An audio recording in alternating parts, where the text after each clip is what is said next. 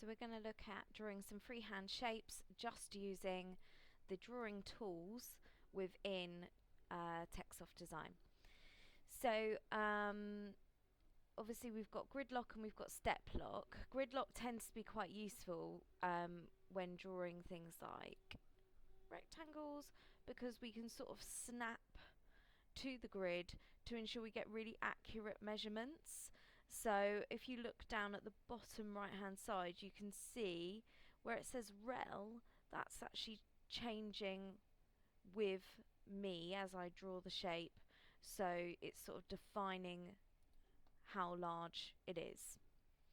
Now if you want to do something a little bit more crazy, the path tool is really useful.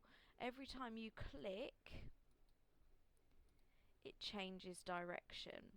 Now the only place where you come stuck is when you get to the end and it feels like you've got nowhere to go, so what you do is you just right click and that finishes that off for you. What you can do if you want to create sort of like,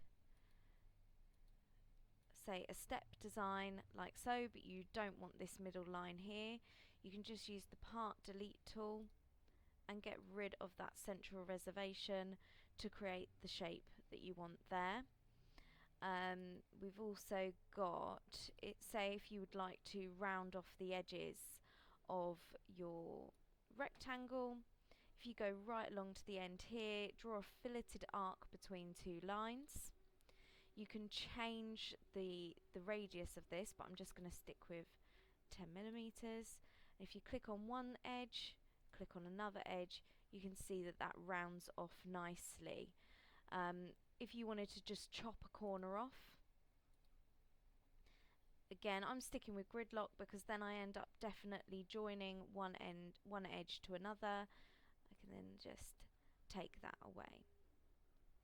Now if you accidentally remove a line that you didn't mean to remove and you're worried that you can't accurately sort of freehand draw it on, perhaps you're on step lock or whatever else, or you're not on any lock and you're just sort of like freehand drawing and just sort of like worried that you can't quite connect it up, the attach tool is really handy for that because it acts as a little magnet and it connects up so that you'll end up with no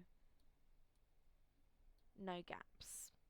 So that's really handy, and that can work anywhere where you have two intersecting lines.